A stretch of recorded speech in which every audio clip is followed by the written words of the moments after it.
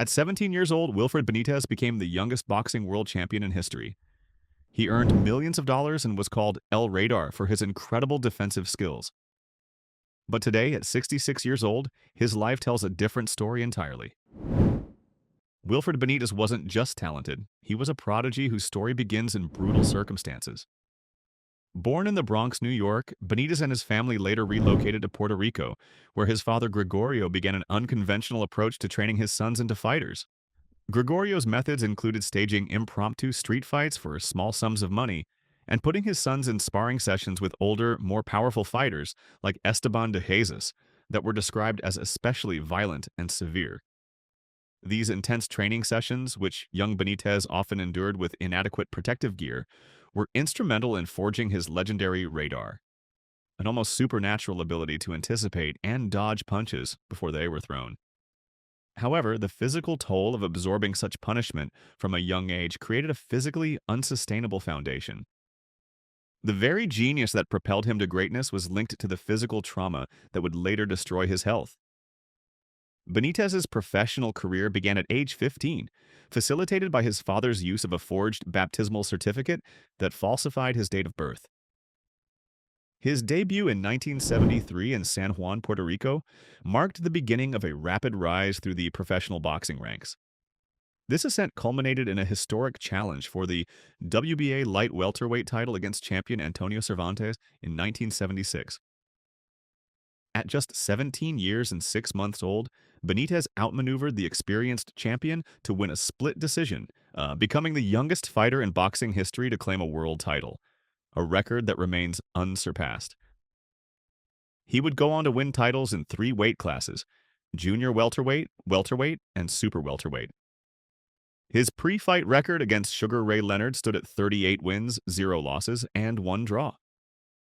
During his peak, Benitez was a major box office attraction. Puerto Rico held parades in his honor. The purses he commanded were astronomical for that era, particularly for a non-heavyweight fighter. Against Sugar Ray Leonard in 1979, Benitez earned $1.2 million, the richest non-heavyweight fight in boxing history at the time. He followed this with $1.4 million for his 1982 fight against Roberto Duran. For the Thomas Hearns fight in late 1982, he was guaranteed $1.5 million, though this was reduced to $1.25 million due to poor ticket sales. In total, Benitez earned over $7 million during his career. But this success story takes its darkest turn here. The fortune that took years to build vanished with shocking speed. Benitez's wealth disappeared in what one report described as a fog of the usual, a combination of predatory hangers-on, poor financial management, and personal indiscipline. After his victory over Carlos Palomino, observers claimed Benitez began believing he no longer needed strict discipline. He increasingly preferred partying, stopped listening to trainers and managers, and neglected crucial training routines like road work. His professional relationships became fragmented, with his father selling managerial rights to Bill Caton and Jimmy Jacobs before resuming control later. The most catastrophic event occurred in 1986, during a fight against Carlos Herrera in Salta, Argentina. Following his loss, the promoter stole his entire fight purse, personal documents, and passport. This betrayal left Benitez, a man who had earned millions, completely stranded and homeless in a foreign country for over a year. During this nightmarish period, he was reduced to living on the streets and begging for food and money from strangers who had no idea they were looking at a former world champion. A local promoter eventually provided temporary assistance, but this was motivated more by avoiding embarrassment than genuine care. He was eventually located and returned to Puerto Rico in 1988 through government intervention. Meanwhile, Benitez's physical decline was equally precipitous. After his loss to Thomas Hearns, his career spiraled downward, but he continued fighting for another 8 years, pursuing dwindling purses that were still more than anything he could earn without boxing. While his overall record stands at 53 wins, 8 losses, and 1 draw, his record before the Hearns loss was 44 wins and just 1 loss. The unheeded medical warnings serve as the most tragic turning point in his story. In 1986, after a bout in Baltimore, a doctor detected neurological damage and advised immediate retirement. However, rather than heed this warning, he continued fighting. He was banned from boxing in most U.S. states, but this only pushed him to seek fights abroad in Argentina and Canada. This demonstrates a critical systemic flaw: the absence of a unified global medical retirement policy. The continued punishment led to his formal diagnosis in 1988: post-traumatic encephalopathy, a degenerative brain condition caused by repeated cerebral trauma, also known as dementia pugilistica. The severity became clear when, at age 38, he collapsed in his mother's living room and slipped into a 3-day coma. Today, Wilfred Benitez exists in complete dependency. The former champion suffers from an incurable brain condition that has stolen his most fundamental abilities. He cannot walk and remains confined to a custom wheelchair. His legs have withered, and a gnarled hand is all that remains of his once lightning fists. He has lost the ability to speak, communicating only through groans and by sticking out his tongue. He cannot feed himself and wears a diaper, having lost control of bodily functions. A feeding tube protrudes from his belly through which he receives liquid nutrition and medication. He has also been diagnosed with diabetes, costing him most of his teeth and eliminating his ability to eat solid food. Benitez's entire existence revolves around the care provided by his older sister Yvonne and her husband Efrain Crespo Diaz in their Chicago home. Yvonne, a retired payroll supervisor, gave up her own life to become his full-time caretaker. Her daily routine begins at 5 a.m. administering medications and ends at midnight after settling him to bed with salsa music. She is responsible for bathing him, shaving him, and physically moving his limbs to prevent muscle atrophy. The family relies on firefighters to help carry him down their apartment building's steep stairs for medical appointments. The financial reality stands in brutal contrast to his former earnings. Those $7 million are long gone, leaving him dependent on a fragmented support system. He receives a confusing patchwork of small pensions. Reports vary between $200 to $250 monthly from the WBC, plus approximately $1,100 monthly from Puerto Rican government sources.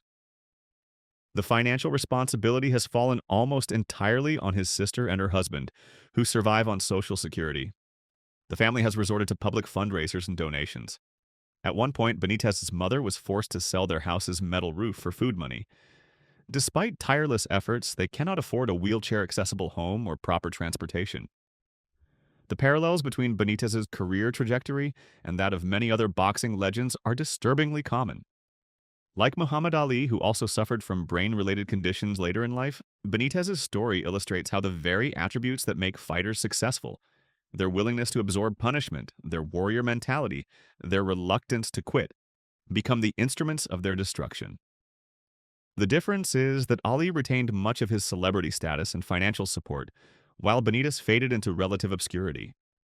What makes Benitez's case particularly heartbreaking is the timing of medical knowledge about brain trauma. By the 1980s, the connection between repeated head injuries and long-term neurological damage was becoming increasingly understood by the medical community.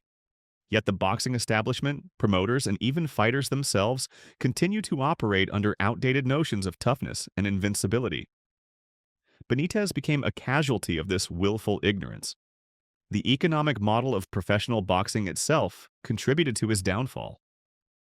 Unlike team sports with players' unions and pension systems, boxing operates as a series of individual contractor agreements with minimal long-term protections.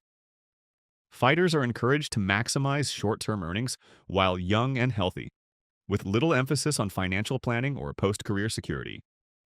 The sport's glamorous facade masks a brutal reality where athletes are essentially disposable commodities. Benitez's current condition also raises uncomfortable questions about informed consent in combat sports. Can a teenager truly understand the long-term consequences of repeated head trauma? His father's decision to forge documents and start his professional career at 15 robbed him of a normal childhood and potentially years of brain development that could have provided better protection against later damage. Wilfred Benitez's story represents more than personal tragedy. It stands as a damning indictment of a sport that fails to protect its practitioners after their earning power ends. The defensive skills that made him El Radar emerged from training methods that contributed to his brain damage. The regulatory system failed by allowing him to continue fighting after neurological damage was detected. His story reveals that extraordinary athleticism and skill are no match for systemic failures and the long-term costs of head trauma.